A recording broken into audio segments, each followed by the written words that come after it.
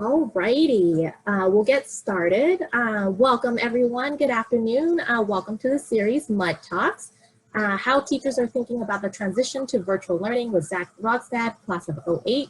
My name is Vanessa Chu, Assistant Director in the Office of Alumni and Parent Relations.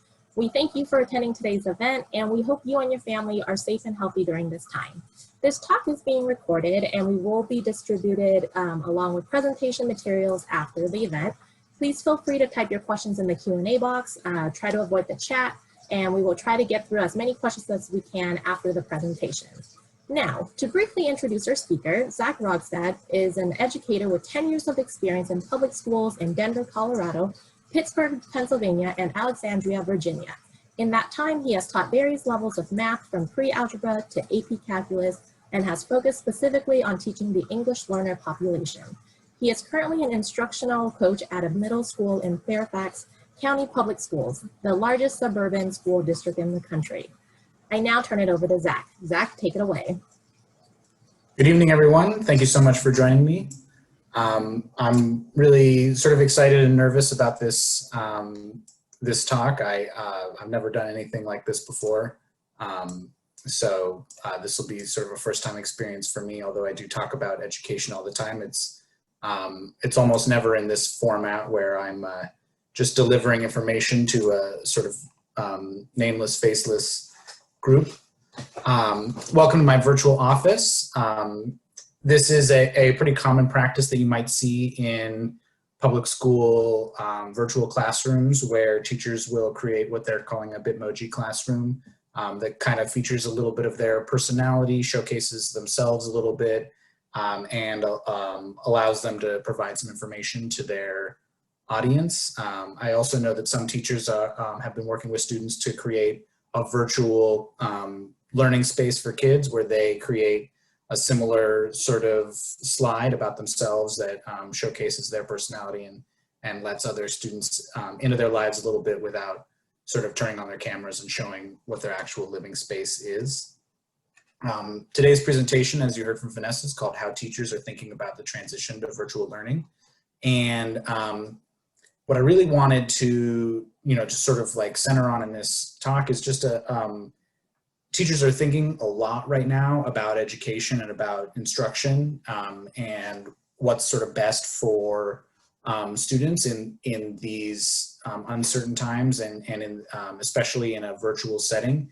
And I wanted to kind of clue you all in on what some of those things are that teachers are thinking about and answer some questions that you might have about how teachers are thinking about that, how you can interact with schools in a positive way right now, and some of that stuff. I've gotten some pre-submitted questions, and thank you very much for those folks who did submit questions beforehand. I've been able to tailor some of the content of this presentation to meet some of those needs.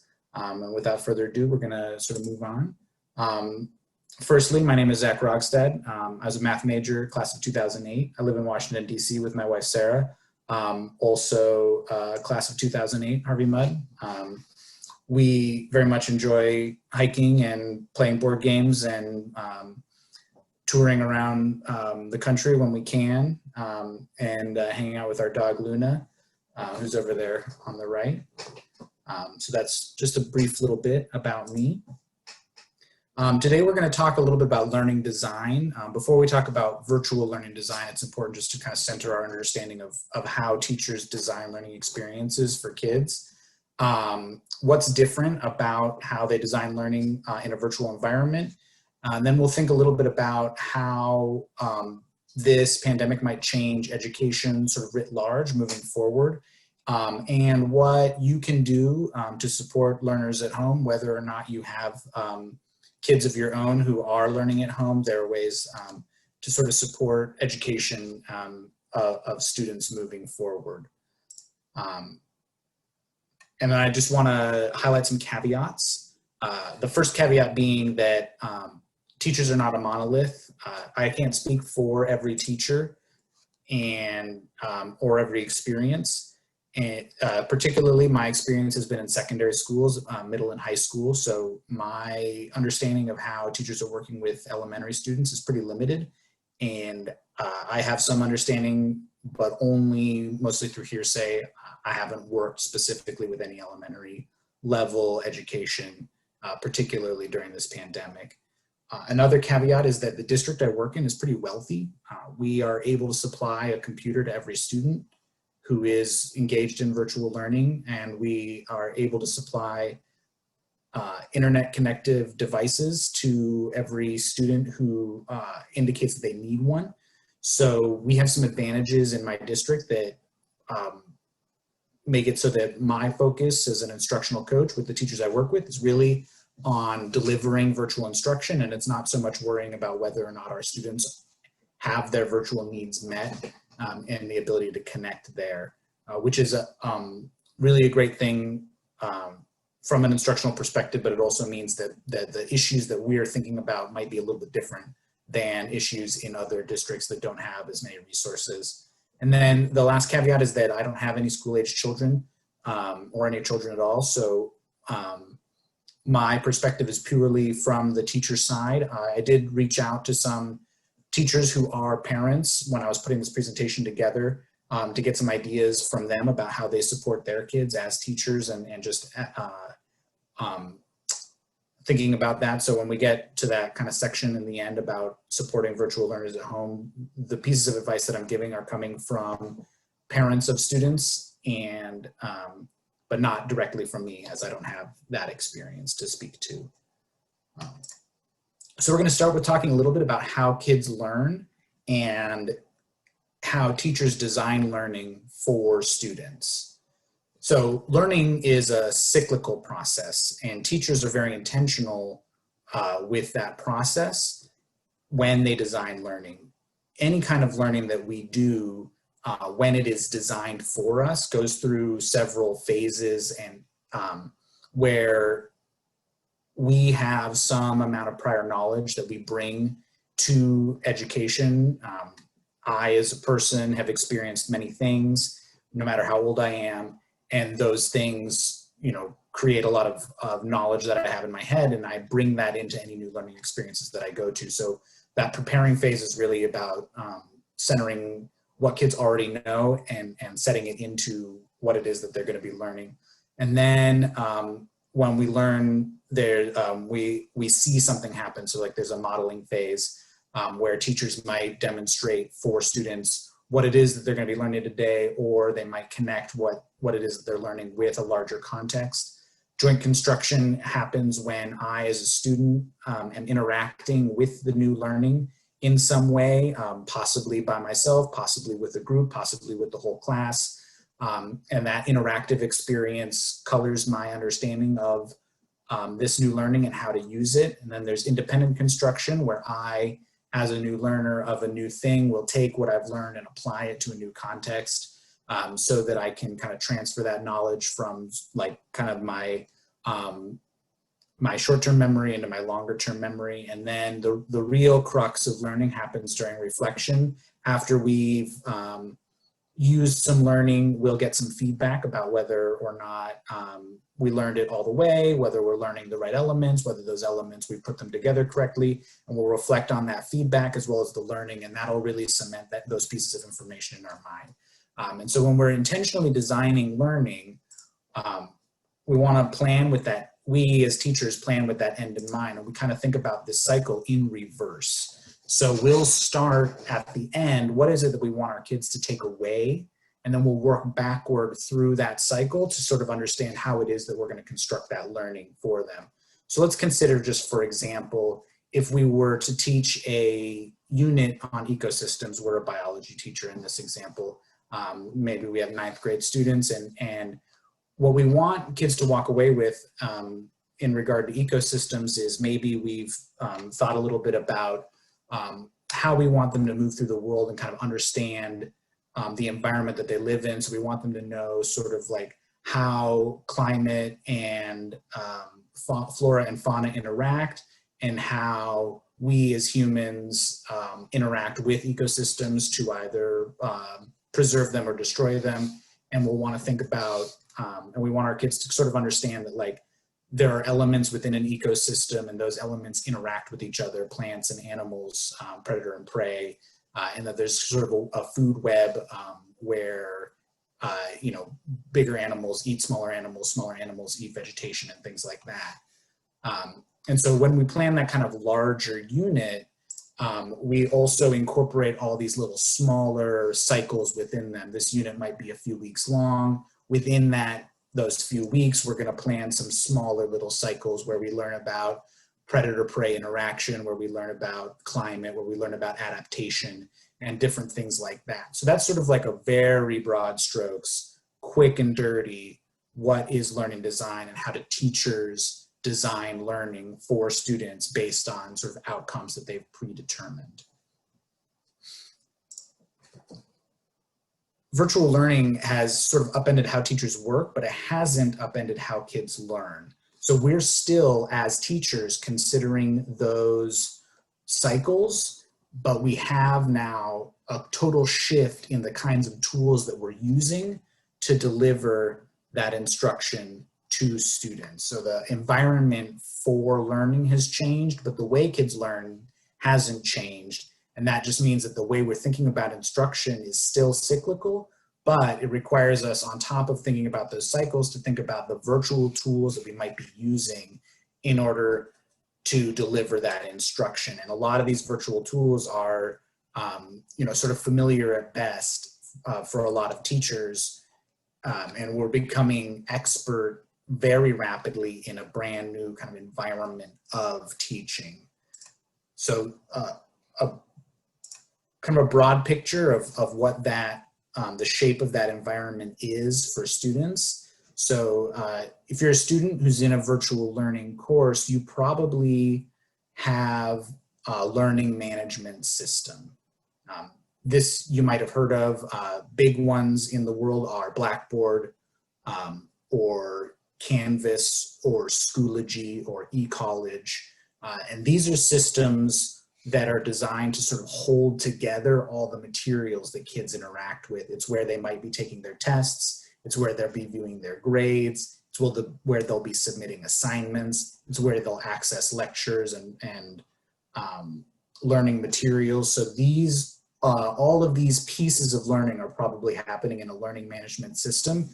It's been pretty typical for years and years for schools to have a learning management system. And it's like a checkbox thing. Like when I was a teacher, you know, a number of years ago, we were using Blackboard, and I had to set up my Blackboard course. I had to put my syllabus on the course, and I had to record in the calendar when assignments were due. And that was it. And the reason I did that was because parents had access to Blackboard, and they could check in on what it was that their students were doing. Some teachers chose to use Blackboard or other learning management systems in a more robust way, even before this, where they provided a lot of the instructional material through that online platform. But most teachers didn't, and it was a very, you know, like, here's your paper, here's your book, here's your, you know, we handled physical materials and students handled physical materials, and the learning management system was sort of on the side as a thing that we had to do. But now most education is living within that learning management system. So teachers are rapidly having to think hard about how they organize that learning management system for students and how students will manage that that system so that they can access all of their course materials for all of their courses in a sort of seamless and consistent manner. Then we have some sort of ancillary materials that are being used. Most schools that are doing virtual learning have some sort of video conferencing software. That software may or may not be embedded within the learning management system. It might be Zoom. My particular school system uses Blackboard Collaborate Ultra. There's one that's designed that goes through Canvas. So there's a lot of, it could be Google Meet. There's several video conferencing softwares out there that schools are using so that they can have some face-to-face interaction with their students in some way. Google for Education, shareable, editable documents are becoming extremely essential right now for students to be able to process information together when they have to collaborate. So Google Slides, Google Docs, things like that are a major part of the educational suite at this moment. And then in addition to that, your school district will probably have some other approved interactive tools. These are tools that have been vetted by the IT department at the district level to determine that they are safe for kids to use, that they have, that they don't share any private data in any way with anyone, that they ought not to, that they're not trying to make money off of student created works, that those works all stay within the sort of ecosystem, and that the way that they make money is through membership fees and things like that. So there's like usually a pretty robust approval process for the kinds of tools that teachers are using with students. And then we as teachers will have a list of what are those approved tools, and then what are they good for.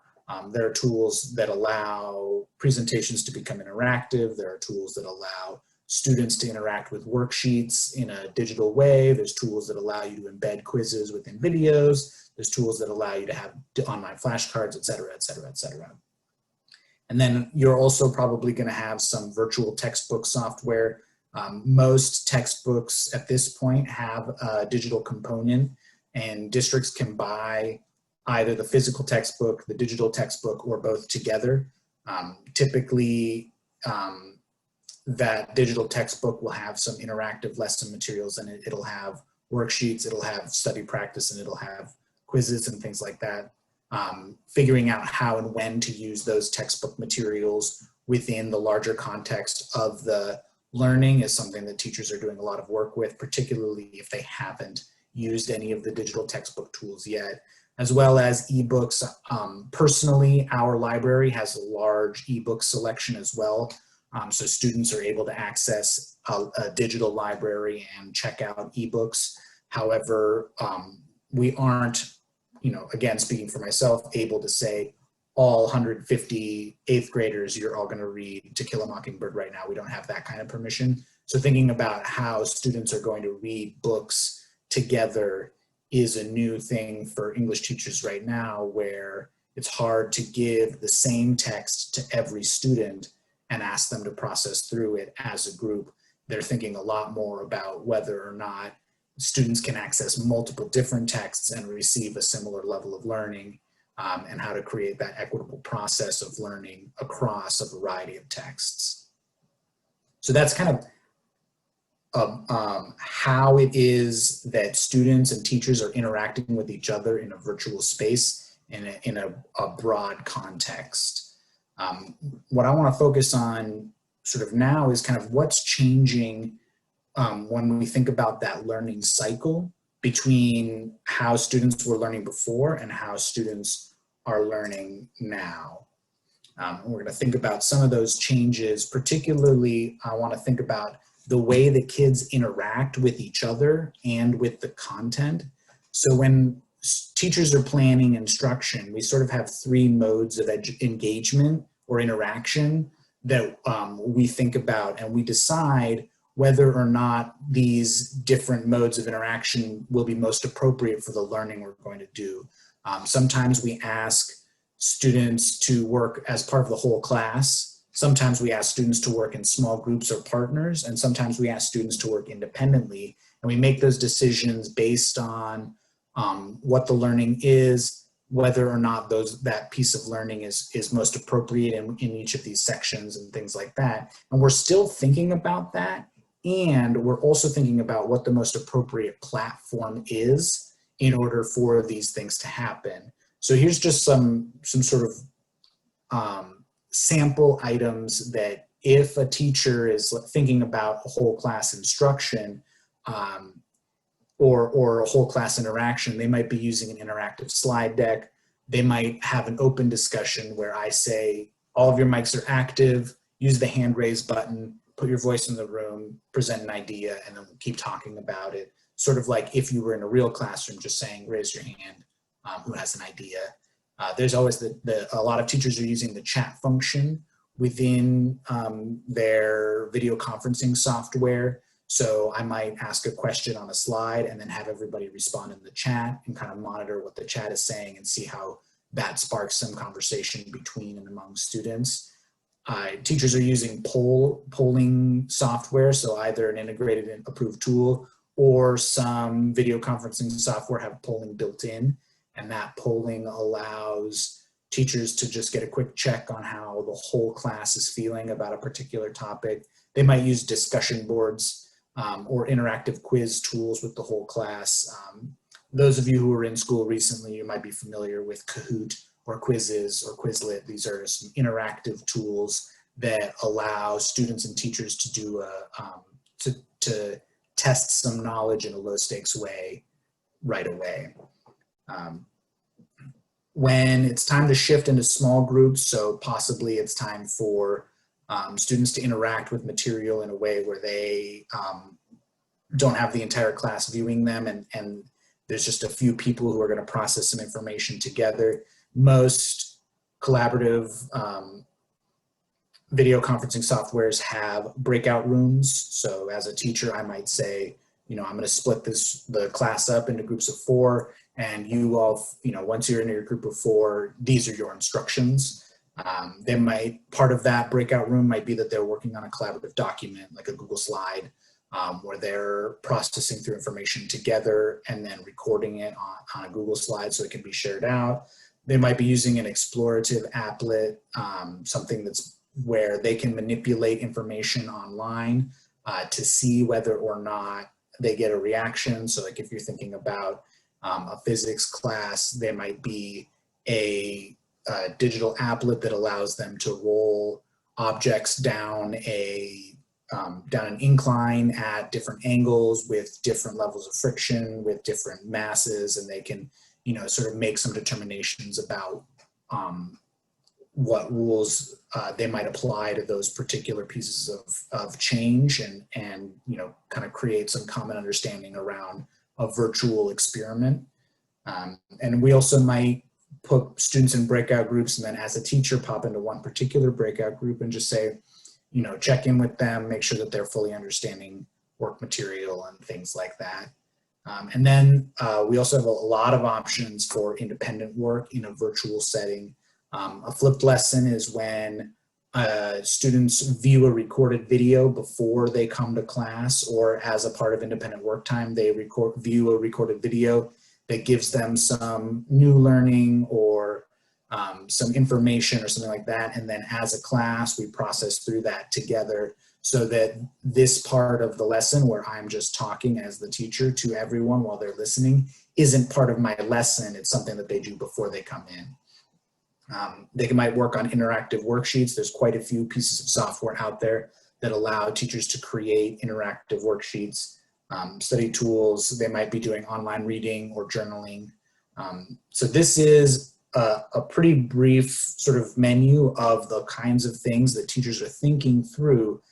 Not only how do I want my students to be interacting with the material right now, what size of group do I want them to be in when they interact with the material, but then also what tools are they using that are most appropriate for the learning that we're doing at this moment. And we also have some sort of general considerations that we make around structures and routines. Where are those materials going to be housed? Are they all going to be within the learning management system? Will I post links in the chat? Do students go to my shared Google Classroom? What's the tool that students are using to get to those learning materials? How will that learning be structured? We talked about it, I talked about that a little bit with the modes of engagement, but how are students getting that learning? Are they listening to me? Are they watching a video? Are they watching a YouTube video of somebody else? Are they reading first? Are they reading after? What's the structure of that learning? What tools might I use? And then a really big important thing to think about is what extensions or supports am I going to make available to my students so that each student finds success and makes good meaning from this lesson.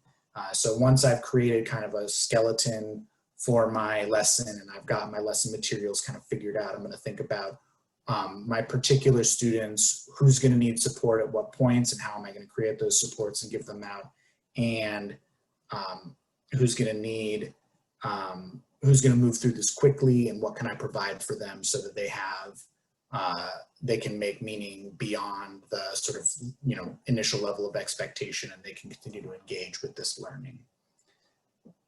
And now we're going to kind of put that all together into one lesson. First, then we're going to think about measuring whether or not the kids actually learned that stuff. And so sort of right now, there's an additional shift happening in education where there's sort of this pervasive fear that students are going to cheat on tests, right? Like, they're at home, we're not with them, they have access to the internet, and we can't monitor their behavior. So what's stopping them from finding the answers to my test questions and plugging them in without, sort of knowing this stuff? And one of the kind of major solutions that we're coming to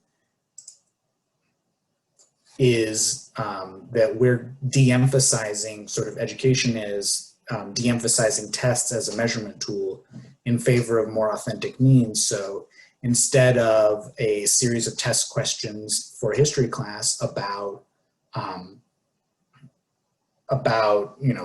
dates and names and who did what to whom, when, and why, we might be asking students to reflect on whether or not the same series of historical events might have happened if X, Y change. We might create a scenario where students are thinking deeply through a problem of practice or a couple problems of practice, and creating a situation where they have to really sort of understand and be able to put together the content to deliver to us some sort of proof that they really get it. And these authentic assessments have been in vogue for a long time in education, and I think the shift right now is pretty strong toward them because it's very difficult to cheat. Even if I, as a student, hopped on Google and tried to find the answer to some authentic questions, what I might do is I might learn something on accident, and then instead of cheating, I've actually learned something and delivered that learning to the teacher. And that would be sort of the ideal, is that even if I were cheating, I was actually just learning. All right, so now we're going to put it all together, and we're going to think about what goes into, as a teacher, one sort of lesson. And for this lesson, we're going to rethink a geometry lesson. This is a mud crew, so I'm sure you're familiar, or at least passingly familiar, with the concept of congruent triangles. There's sort of a minimum required amount of information that we need in order to prove the two triangles are congruent. Those of you who were in high school recently might remember side, side, side, side, angle, side, etc. I'm going to kind of run through what might be like a classic triangle congruence lesson, and then we're going to think about how that lesson might change in a virtual setting. So we're going to begin this lesson by having kids brainstorm reasons you might want to have multiple copies of the same shape. And kids in groups will just do that. They talk to each other, they generate a list. Here's reasons we might want to have duplicates of the same shape. After that, I'm going to model as the teacher how to use a ruler and a protractor in an appropriate way and I'm going to explain that sort of the basic idea is you're going to be using a ruler and a protractor to prove that two triangles have to be congruent. And we're going to do that by decreasing the amount of information that you have about those triangles until it's possible to create incongruent triangles. After that, they'll get to it. They'll use patty paper, which is sort of like a see-through paper that you would recognize as like the paper that goes in between frozen burger patties. And that way, me and my partner can create triangles on that paper and then compare them with each other and see whether or not those are congruent. Do it again, and each time we sort of remove. So we start by saying, these are the sides, these are the angles, then we take away one angle, and then we take away one side, and we take away one more angle, and we move on from there.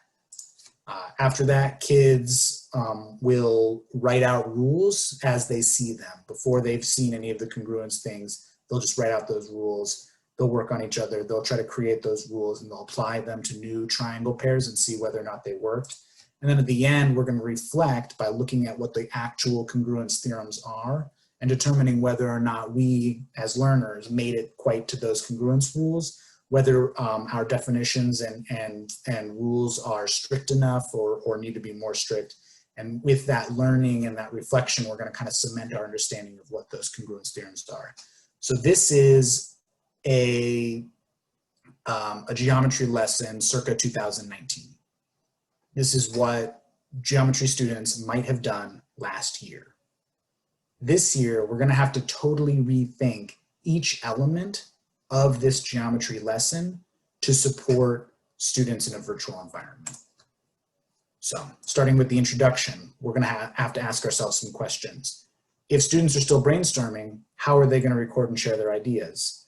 Are they going to brainstorm by themselves or is it going to be in groups? When we do the modeling, am I going to model the virtual measuring tools live or am I going to use a recorded video? And then how will students interact with the new tools before they begin using them for learning? Is there going to be a chance for them to play with those tools, get a sense of how they work, and then we'll move forward? When they start investigating, what tools are we going to use? Is there an applet that exists online somewhere that does this kind of work? Do I have access to that applet? What supports might I need to create for my kids? How will I monitor students' progress while they're working on the applet and check in with them to make sure that they're on the right track and that they're receiving appropriate feedback to continue their learning? Once they've sort of cemented their understanding, how are they going to interact with new triangles? Is that built into the application that I'm using? Do I have to create something new? Something like that. And then what process will students use to reflect? How will I respond to those reflections? And when will that happen? Is it going to be in class? Is it going to be after class? And then how are they going to practice this new information? So we can see that as teachers, whereas before, you know, in 2018 and 2017 and 2016, before that lesson, I needed to go to the math closet to make sure I had all my materials. And I needed to make sure that I was sort of boned up on what the congruence theorems were and how they apply and things like that. But at this point in a virtual environment, as a teacher, I'm rethinking each step of each day to make sure that students are able to access those materials in a virtual environment appropriately and with fidelity. And that's kind of the challenge that we're working with right now as we rethink every lesson we've ever taught going through each day throughout the year. So that's sort of a picture of how the shift to virtual environment hasn't really changed what it is that kids are seeing, how it is that kids are learning, but it is changing the way that they're interacting with that, and it's changing a lot the way that teachers are interacting with those materials. So we're just going to pause for a second, let that kind of sit in. I've been talking quite a bit, and I think I have about 6-7 minutes left of my time, and that should be good enough to get through some of this stuff. Then I have some, I received some questions already about some stuff moving forward, and I will hopefully address some of that stuff right now, and then any other questions that get popped into the Q&A. So one question that we received is like, if I'm a parent at home, you know, how can I help? To manage a student at home right now while also being a working parent is nearly impossible. And I think the first thing to do is just acknowledge that. Here are some ideas that I've, you know, received. One is that to support kids in creating a school space at home. So like the place where they go to do schoolwork and is also the place that they leave when they stop doing schoolwork.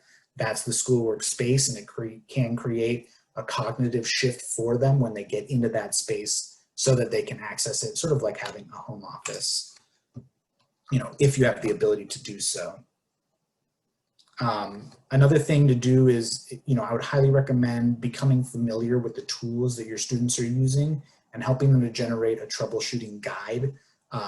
so that they don't have to come to you each time they have an issue. Firstly, they can work through a series of steps on their own to troubleshoot what it is that they're working on. I highly, highly recommend reaching out to teachers. Remember that, you know, as a parent, you have a small number of children. Teachers have 130 some kids that they're working with, or at the elementary school, 30 kids. And teachers, you know, the easiest way for them to know that their kid needs support at home is for a parent to reach out. So if your kid is struggling in any way, reaching out to teachers is the fastest way to get that information. And teachers are also going to have the most specific sort of information about what it is that their kids specifically are going to need. Another thing is we're on our computers all the time. And so something that you might do is just read or go for a walk. You know, if you can schedule a break in your day around when students have their breaks in their day, then that might be a nice time to go for a walk. And when going for a walk is a really good time to sort of, for students to reflect on their learning and debrief what they're doing without being in front of a computer. It can really sort of like clarify and open their eyes a little bit. Can't recommend enough getting away from computers when possible, especially right now. And then I also received some questions about what about for folks who don't have school-age children? What are some things that you can do? These are some ideas that I came up with. Most local school districts have a donation page on their website. So you could find your local school district's webpage and see whether or not they have a donation page. There is a volunteer tutoring site called Learn to Be. You can go to learntobe.org, and what you can do there is you submit an application to be a tutor, and then they offer free tutoring to students who need it, and you volunteer your time as a tutor. Anyone who's, you know, sort of graduated from high school is eligible to do this. So if you're a current MUD student and somehow you have a little extra time and you'd love to spend that extra time talking about math with 14-year-olds, then, you know, that's an option that you have. Another thing that a lot of people need right now is internet access. There's a charity called Everyone On. I think their website is everyoneon.org. And you can donate to them, and they give internet access to families in need. And another thing that people love is school supplies. There are a lot of school supply donations for international schools. So like UNICEF, so you can donate school supplies or money to UNICEF, and they give school supplies to low-income schools worldwide. And if you're looking for something that's, you know, sort of just focused in the United States, the Kids in Need Foundation donates school supplies all over the country. So those are some things that you might do if you want to support students and teachers right now. And and then a lot of the other questions I got are about, like, you know, what's going to happen next. And obviously I don't know, but I have some thoughts. So one thought is that schools might change a little bit, where we might, you know, as we start to go back to school, and I know that some schools are already doing this, we might move into some sort of hybrid school models where students are at school a couple days a week and at home a couple days a week, or they're all the way at home if they have, you know, a need to be at home, or they live with somebody who has a need to be at home. So we might be shifting in some ways to a hybrid model. And then a lot of schools already offer satellite programming where they have an online learning center, or they have a partnership with the community college locally where students can take courses at the community college for high school and college credit, or homeschooling or virtual schooling from home, but that's attached to the school might become sort of more prevalent, and schools might develop sort of homeschooling liaisons where they interact as a school or as a school district with people who've chosen to keep their kids home for learning, but they're still receiving that learning through the school system. And then also we might see a lot more part-time learning where, you know, particularly for high school students, if they need to work full-time and go to school, that they might be able to adjust their schedule sort of so that they can do both of those things. And then there's also some sort of instructional techniques that might stick around. These are the ones I put on here, like kind of my pie in the sky hopefuls. So I think one thing that's going to change is that your teachers are going to become much more technologically capable than they have been in the past, typically, sort of on average. Some teachers have always been quite technologically capable, and other ones have been woefully incapable when it comes to technology. All of those people are going to become better at using technology and instruction together. And that's going to create a lot of blended learning, which is where virtual learning and in-class learning sort of work, you know, in harmony to create a more, you know, what you might imagine to be 21st century learning experience. We're also, excuse me, going to create more accessible curricula. One of the big pushes right now with creating virtual learning materials is that those learning materials are also accessible, that closed captioning is available, that e-readers are able to read every element, or, you know, like voice to text readers are able to read every element, that the font color and things like that are appropriate for, you know, people with different vision problems and things like that. So there's a lot of accessibility work that's being put into virtual learning right now, and I think that's going to stick around. I also think that we're going to have a shift away from your sort of traditional pencil paper tests and standardized tests to more authentic assessment. It's already happening, and I think that this is going to sort of hurry that push along. And then I think we're also going to have a lot more opportunities for kids to reflect on their learning purposefully within the lessons, which is something that we're doing a lot with virtual, because it's an easy way for kids to take a break, and it's an easy way for teachers to sort of monitor whether or not their kids are learning what they're supposed to be learning. And I think we're going to see a lot more of that, even in a physical classroom where I am able to kind of keep my eye on kids in a little bit more structured fashion. And then I think we're also going to see enrollment in remote learning programs increase. I suspect that satellite campuses at high schools particularly are going to go up, where kids realize that they are able to learn online and that it offers them some freedoms that going to a school doesn't. I think that we're going to see some people who are willing to learn online full time moving forward, sort of beyond this. And I did get one question about how this might change higher education. And, you know, I've been in higher education as a student, but I've never worked in higher education. So I'm just going to sort of rampantly speculate for a second, and then I'll address some of the questions that have come up in the chat or in the Q&A. So I think one thing that's going to happen is the university, even those that consider themselves elite, are going to expand their online offerings. I think we're going to see more online learning available from large universities. I also think that universities are going to have stronger partnerships with community colleges. Right now, we're seeing a lot of university students opting to not go back to school and instead stay home and access community college online because it's quite a bit less expensive. And I think that already there are quite a few universities in the country where you can go to college for 2 years, get your AA, and then that will grant you admission to a four-year university for your third and fourth years. I think we're going to see a lot more of that, a lot more partnerships with community colleges.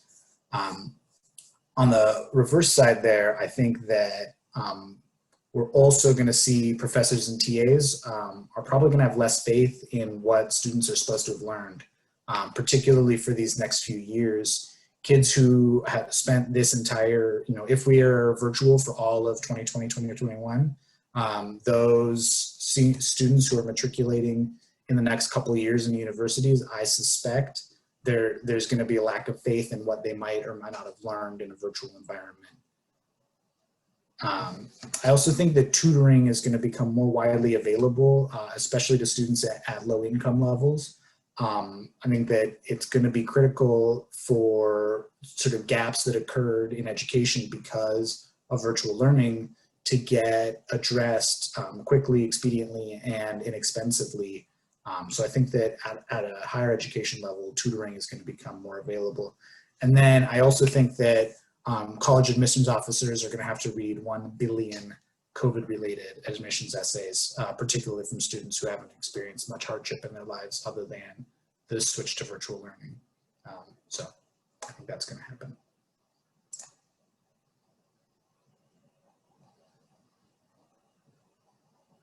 And I've got a couple questions that have popped up here in my Q&A.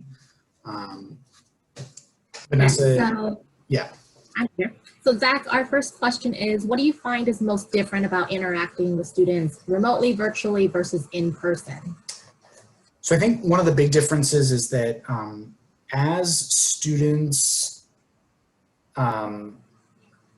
are becoming more used to the virtual environment, there is kind of a period of shyness around the use of the technology. And oh, sorry, my dog is barking.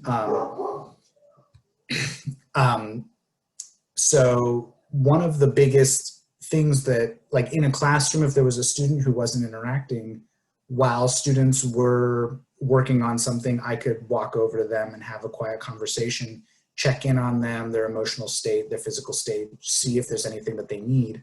In the virtual environment, a lot of times that quietness manifests as not interacting with any of the chat or the assignments that are available online. And sort of the best thing I can do is send them a quick chat message and say, everything okay? And if I'm really concerned, I might email their parents. But it's much harder to quickly assess a student's sort of level of well-being online.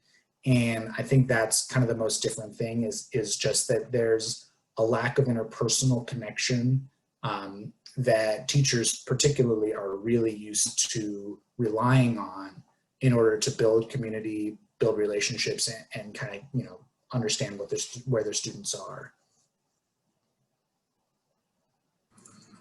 Our next question, what is your favorite lesson you've been able to adapt to this new environment successfully so far?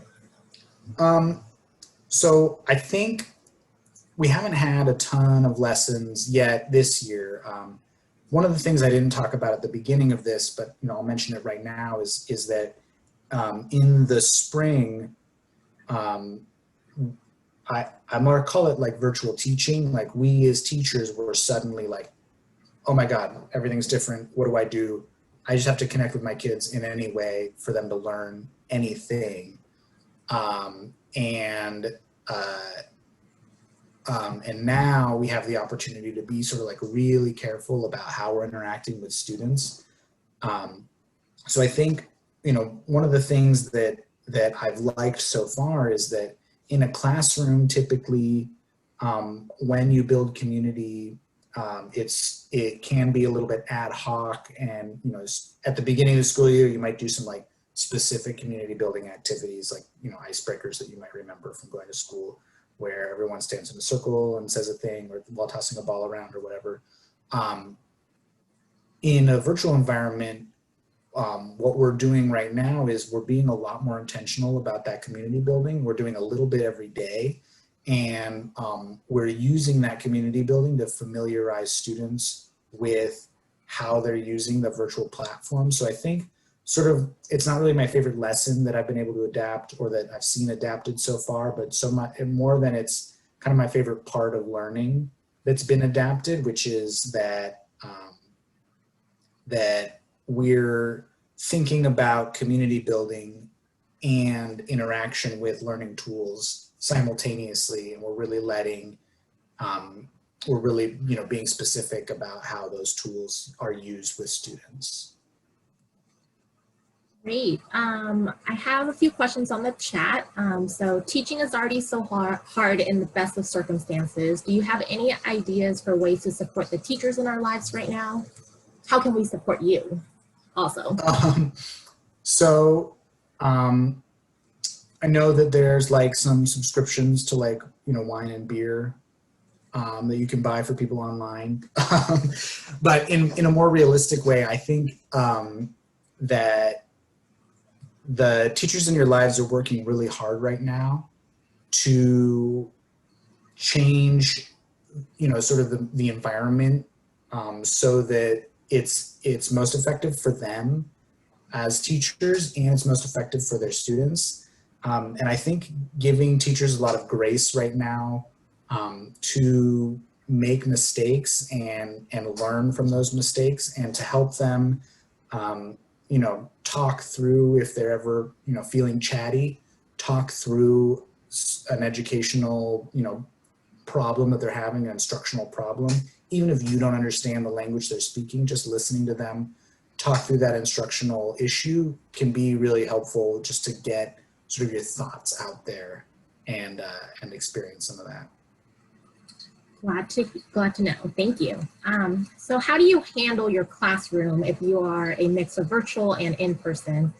So some schools are doing a hybrid virtual, but they're allowing some kids, because of risk factors, to remain 100% virtual. How do you juggle having to do both if you are? That is a great question. I don't know. We in my school district were going to be hybrid, and we sent out a poll to every parent. Do you want your kid to be enrolled full-time virtual or part-time in school, part-time virtual? And as the numbers came in, we were about 60% in school, 40% all, full-time virtual. And we started doing the math as a school district about the kinds of instructional hours this would require from teachers to support kids in an equitable fashion across both platforms. And it was like, we needed almost twice as many teachers as we have. It would almost be like, we'd have to have full-time virtual staff and full-time teaching staff. And for courses, where the same person might have been asked to do both, we need to hire a new person to support them. It became almost untenable, and I really don't know how we're going to support people like that. I don't see how kids who are enrolled in the same class, some virtually and some in person, can receive an equitable learning experience. As we start to figure that out, I'm sure that a lot of smart people are going to be thinking about it really hard. So it seems students have become very quiet in the virtual classroom setting, especially while in breakout rooms. What would you suggest to encourage dialogue in whole group and small group? Yeah. So I think that one of the things to support students in breakout rooms is firstly, to be really clear about what the work is, and then to have students establish roles for themselves. So when I'm working with teachers and we move into breakout rooms, I ask one teacher, to be the facilitator, and it's their job to sort of elicit responses, either verbally or in the chat, from everyone in the group. I ask for somebody to sort of monitor the timing so that the group is aware of how long it's been and how much longer they have. And I ask for somebody to be the spokesperson, so they're going to kind of report out what that group is talking about. And I ask somebody to be the scribe. So if they're working, if there's a slide deck where they're capturing their thoughts, that person's responsible for just sort of typing out the thoughts in the slide. And having those roles helps kids focus on a single task, and instead of just being like dropped into a room. And then I also think that starting with some community building in breakout rooms before using breakout rooms for content is also really critical, so that the students can become familiar with the structure of conversation in a breakout room in a low stakes way before they have to use that breakout room as an educational element. Awesome, thank you. So because of time, this will be our last question. How do you help parents deal with these changes? So at my school, we've done a number of things. and I'm just going to talk about what we're doing in my school right now because I don't really know what anyone else is doing. So we have like quite a lot of parent contact tools. We have a newsletter that gets sent out. We have a public facing website that we try to keep up to date. We have what's called Notify, which is like a text message service you can sign up for. Making sure that you're current with all of those things is probably the first step that I would do as a parent, just to make sure that I'm receiving all the information from my school. And then the other ways that we're helping is that we invited every parent and student to come to our school at a specific time so that they could get their new laptop and have it set up for them, with them. And during that time, we talked to them about a number of things. We created a virtual orientation where we invited parents and students before the school year started to learn a little bit about the learning management system we were going to be using from one of their teachers. We just had our virtual back to school night where we had teachers record videos about their classes and post them on the learning management system so that parents could access them, watch those videos, and interact with some tools related to the class. I think that schools are trying their best right now to work with parents in every way possible to kind of support them and to support their learners. And I said it earlier, but I'll say it again. If you are the parent of school-age children and you want anything, email those teachers. It's the fastest way for teachers to know that their kids have a need.